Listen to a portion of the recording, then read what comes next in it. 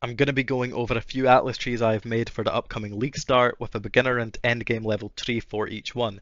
This league there wasn't that many changes to the atlas tree or to scarabs, so there isn't much speculation with these trees, they're all tried and true. However, a lot of mechanics did get buffed in ways people are overlooking, so I'll be talking about that also.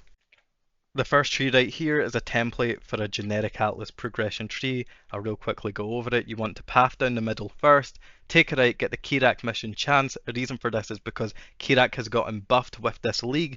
The memories have been removed, they've been built into him. We don't know how good that's going to be or how exactly it's been built into him, but it will definitely be a net positive for Kirak. You then want to get these map nodes over here, go down the left, get this map node, more Kirak chance, do the exact same on the right, and then that's sort of your map sustain done. You now want to juice up your Alk and Go maps a little bit. You go over here, get the essence down here, guarantees essences on your maps, and then you want to influence the scarabs that you're dropping to scarabs that are going to be expensive-ish early on in the league. For example, last league essence scarabs were 4 chaos per for the first few days, and cartography scarabs were always costly no matter which one it was throughout the entire league.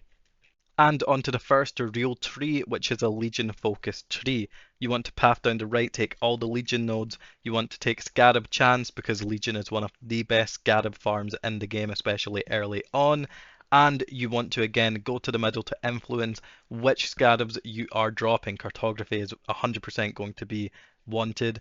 Again, Essence if it is popular early league, and those Essence Scarabs are worth 3 to 4 Chaos. Again, make a judgment call, right? If Ambush is really popular early on, spec into this. If Domination or Titanic is meta, spec into those. Make sure you're on top of what the market is. You can just real quickly check Faustus for it. It would only take a minute, and you will be making a lot more currency. This would be the end game tree that you would transition into. I'll go more into depth in the description with what scarabs you would use and the layout.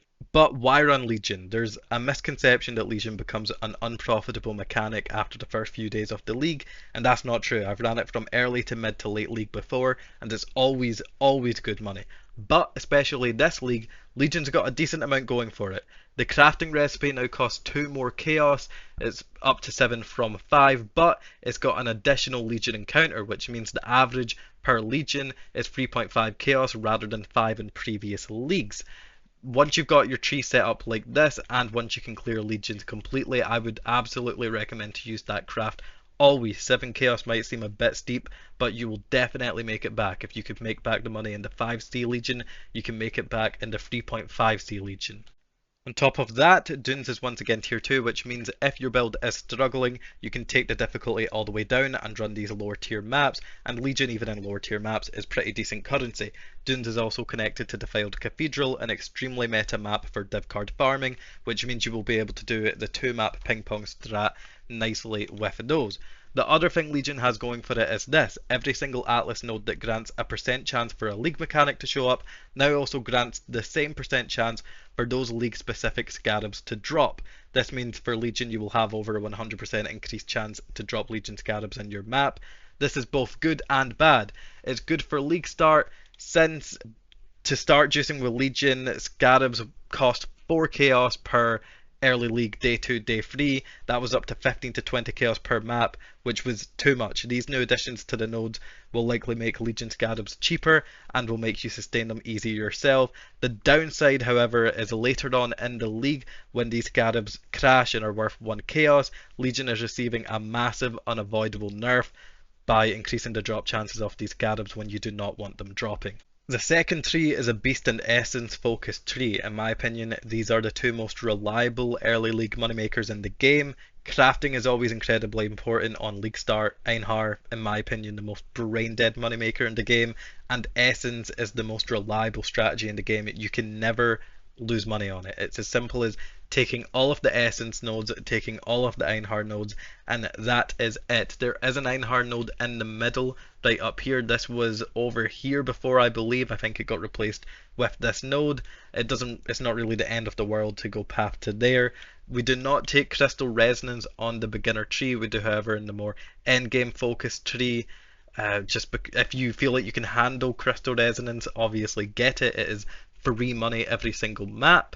And that is mostly the tree. We do not need quant, we do not need map modifier effect, we do not need scatter percent increased chance, because the bulk of the loot does not come from the drops from the mobs. It comes from the beasts, it comes from the essences. Those are guaranteed, those cannot be scaled by those modifiers. And just like Legion, both of these mechanics got buffed this league. First off, Essence had its craft changed and now costs less and grants one less Essence mob per map. However, that works out to a better Chaos per Essence value. It does a little bit take away from Crystal Resonance if you're running that, but overall, it's probably good for you at the very start of the league. Strand, which is also in my opinion the best Essence map, is once again in the game. It is a tier 1 map. Slap 2 voidstones on your atlas once you've got them and run it at tier 8 and you've got an extremely easy, extremely profitable moneymaker. If you're struggling, stay in yellow maps with this strategy. Essence does not get any more profitable if you're to scale it past yellow maps, and beasts are also still pretty great in lower tier maps.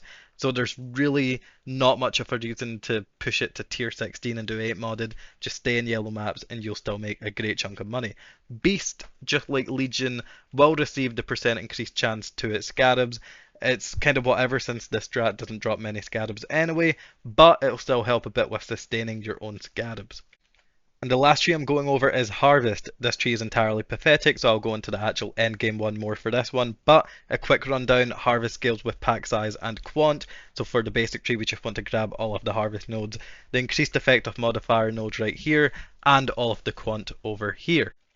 Then, with the more endgame tree, you want to take all of the map modifier effect nodes all the way at the top here. This is when Harvest starts to get really juicy. You want to get the Eldritch Altars to chase quantity buffs, some Scarab nodes since Harvest actually drops decent Scarabs, and this Harvest node on the right.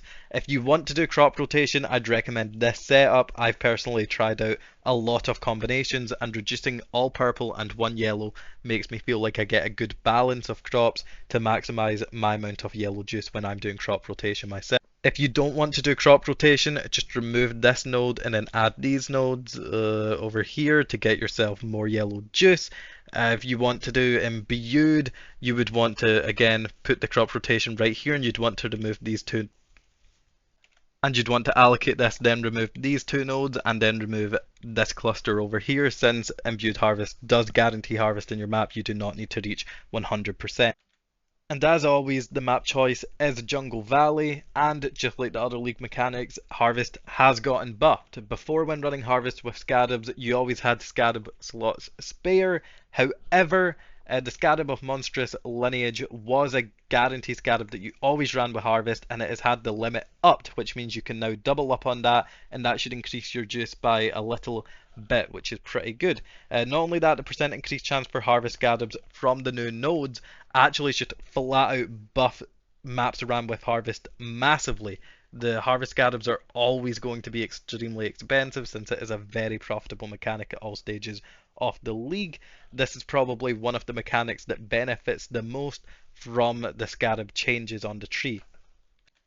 And finally, harvesting the brand new memory maps that you drop once defeating the 3 new pinnacles will possibly be the juiciest that Harvest has ever been. There's a lot of question marks, a lot of predicting and speculating, but these maps will have pack size and quant much larger than tier 16 maps, which is already guaranteed to make Harvests outside of tier 17s much, much juicier. And it's possible that we can revive Harvest monsters with the new memory ability that revives monsters, and they might drop Life Force, but that is complete speculation. It's something you're going to have to test out or wait for someone else to test it out for you. And that's it. I kind of just wanted to put together a quick video for those who are indecisive about their currency plans, since back in the day that was always me. I'll have a pretty detailed write down in the description below with all the beginner and end game trees, complete with recommended scarabs, maps, and some things to remember about each strat. All in all, I personally don't believe you can go wrong while running any of these strats. And real quickly, I do want to say it's been a while since I've uploaded one video in 9 months because of the long league, and I'm not really a fan of PoE 2, so I'm not sure if you'll see many videos from me on that. But Since PoE1 is finally back on track, I'm back to making videos on everything I do.